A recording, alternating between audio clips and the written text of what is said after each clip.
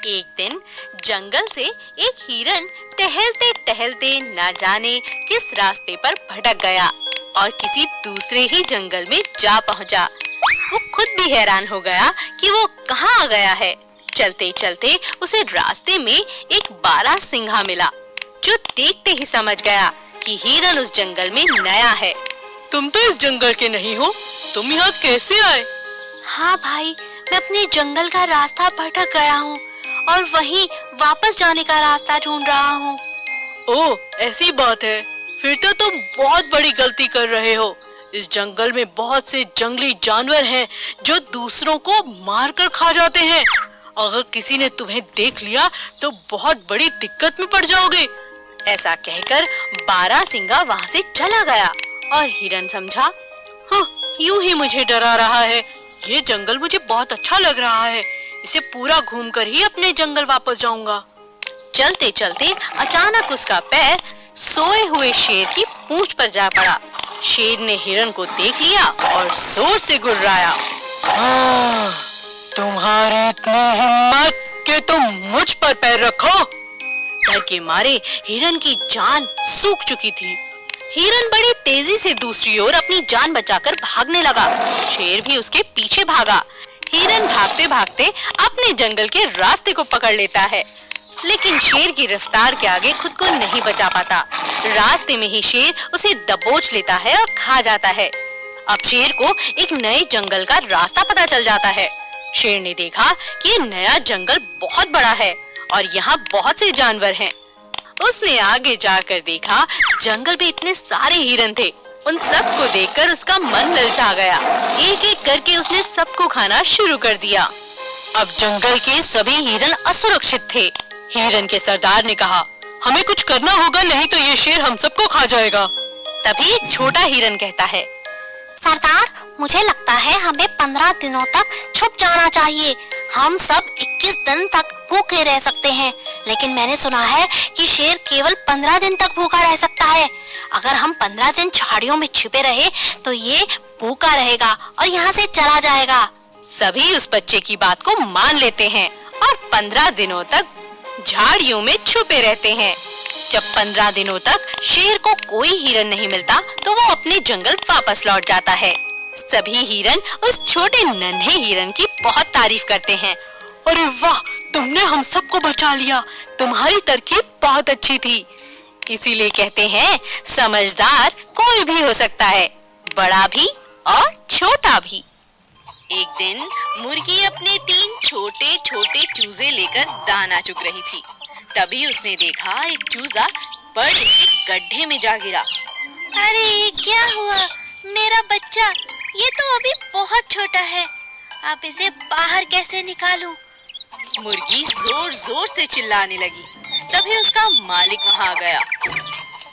अरे क्यों चिल्ला रही हो, क्या बात है? फिर उसने देखा कि छोटा सा चूजा गड्ढे में गिरा पड़ा है। उसने बड़े प्यार से उसे बाहर निकाला और उस गड्ढे को हमेशा के लिए बंद कर दिया। मुर्गी अपने मालिक को बहुत पसंद करती थी, क्योंकि वह हमेशा उसका अच्छे से ख्याल रखता था, कभी कोई कमी रहने नहीं देता था। एक दिन मुर्गी के मालिक ने मुर्गी से कहा, मुझे पैसों की बहुत जरूरत है, क्या मैं तुम्हारे चूजे बेच सकता हूँ? तुम्हें बुरा तो नहीं लगेगा ना? मुझे पैसों की बहुत ज्यादा जरूरत है मुर्गी। हाँ, बेच दीजिए मालिक। मुर्गी ने भारी मन से हाँ कर दी और मालिक ने चूजे बेच दिए। चूजे बेचकर उसे बहुत अच्छे दाम मिले। अरे वाह, चूजे बेचकर इतना अच्छा पैसा मिला। अगली बार भी ऐसा ही करूँगा। अगली बार जब मुर्गी को बच्चे हुए तब फिर से मालिक ने कहा, मुझे पैसों की बहुत जरूरत है, क्या मैं तुम्हारे चूजे बेच दूं? मुर्गी समझ चुकी थी कि अब मालिक लालची होता जा रहा है। उसने मालिक से कहा, आप इतनी जल्दी क्यों कर रहे हैं? कुछ दिन में मेरे बच्चे बड़े हो जाएंगे और फिर उनके भी बच्चे होंगे। इस तरह आपका खुद का अंडों का व्यापार हो सकता है। आप जल्दबाजी में थोड़े लालच में पड़कर गलती कर रहे हो मालिक। अब मालिक को उसकी यह बात अच्छे से समझ आ चुकी थी।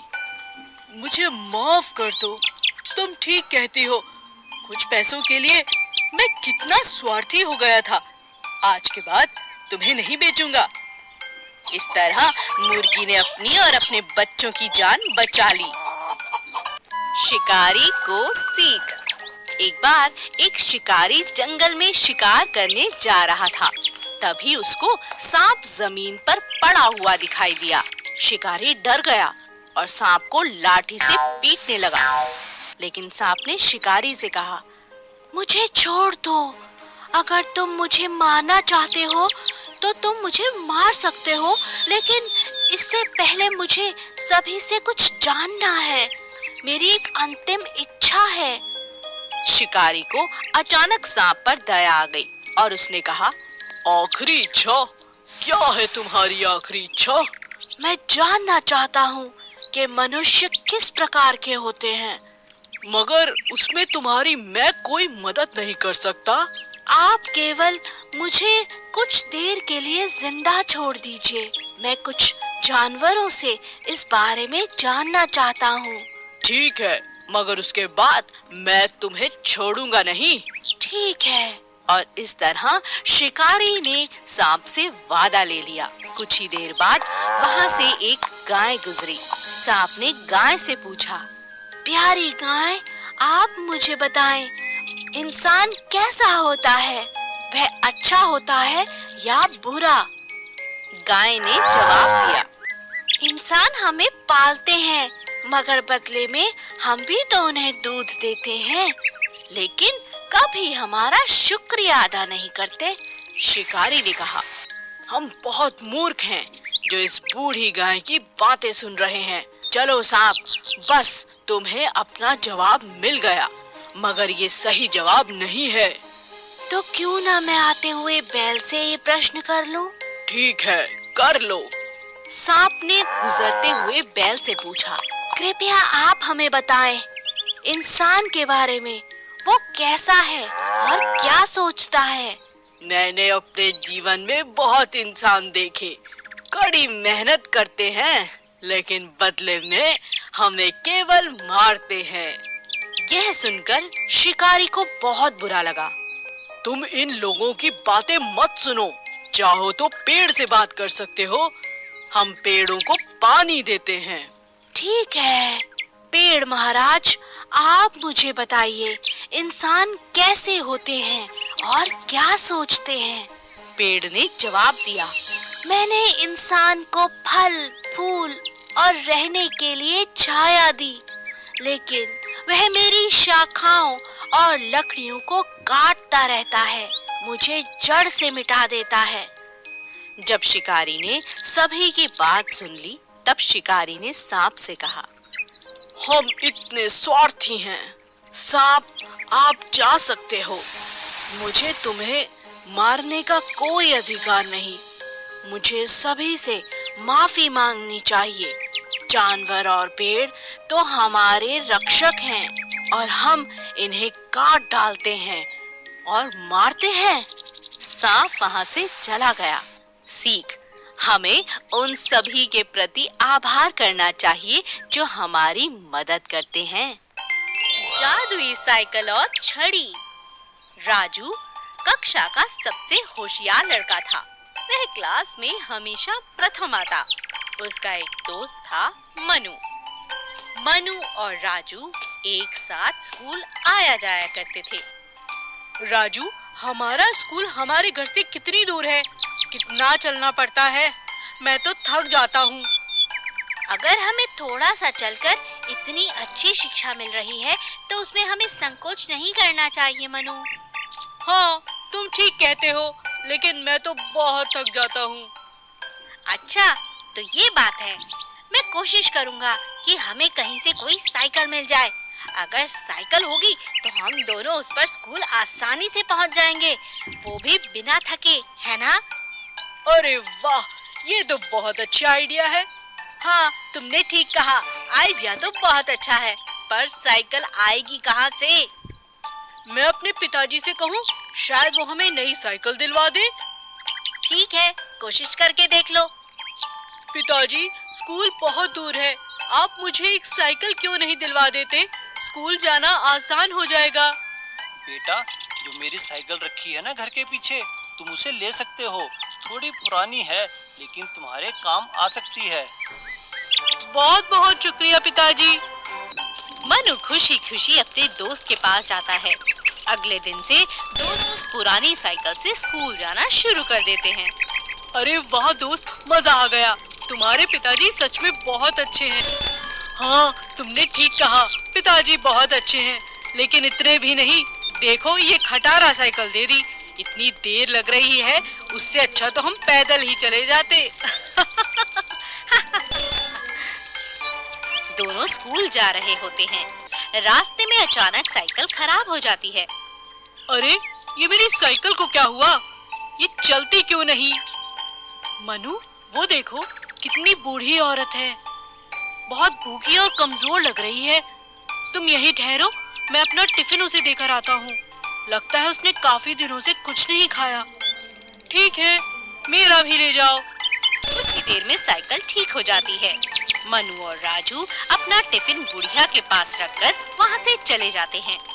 अब अक्सर जब भी वो आते जाते बुढ़िया के पास अपना खाना जरूर रखते। ये बुढ़िया मुझे बहुत अच्छी लगती है। बेचारी पहले से थोड़ी बेहतर हो गई है। लगता है बिल्कुल अकेली रहती है। इसका दुनिया में कोई नहीं। चले, बहुत देर हो गई है। इसी तरह कई दिनों तक चलता रहा। अचानक एक दिन फिर से साइकिल ठीक बुढ़िया की झोपड़ी के आगे खराब हो गई और इस बार साइकिल ठीक होने का नाम ही नहीं ले रही थी। अचानक बुढ़िया अपनी झोपड़ी से बाहर आती है। कौन है? अरे, तुम दोनों लड़के हो ना, जो रोज आकर खाना छोड़ जाते हो? इधर आओ मेरे पास बेटा। राजू और मनु घबरा जाते हैं। ये बुढ़िया तो मुझे बहुत डरावनी लग रही है। डरते क्यों हो? रुको, मैं बात करता हूँ। राजू बुढ़िया के पास जाता है। बेटा, तुम दोनों बच्चों का बहुत बहुत शुक्रिया। जानते हो, मैं तुम्हें रोज देखती थी, मगर इतनी कमजोर थी कि कुछ मदद नहीं कर पाती थी। ये तुम्हारी खटारा साइकिल है ना, इसकी चिंता मत करो। कहो तुम्हें क्या चाहिए, मैं तुम्हें दूंगी। आप हमें देंगी? वो कैसे? आपके पास तो कुछ भी नहीं है। है बेटा, मेरे पास जादू है। रुको, अभी बताती हूँ। बुढ़िया अपनी छड़ी घुमाती है और अचानक साइकिल हवा में उड़ने लगती है और बिल्कुल नई हो जाती है। साइकिल का रंग एकदम सुनहरा खूबसूरत हो जाता है। अरे ये क्या? ये तो उड़ रही है। क्या इस पर बैठकर हम भी उड़ सकते हैं? हाँ हाँ, क्यों नहीं। ये मेरी तरफ से तुम दोनों के लिए उपहार है बेटा। इसे रख लो। जब चाहोगे चलेगी और जब चाहोगे ये साइकिल हवा में उड़ेगी। शुक्रिया दादी माँ, शुक्रिया दादी माँ। दोनों बहुत खुश हो जाते हैं और अपनी उड़ने वाली साइकिल पर बैठकर हमेशा स्कूल पहुंच जाते हैं।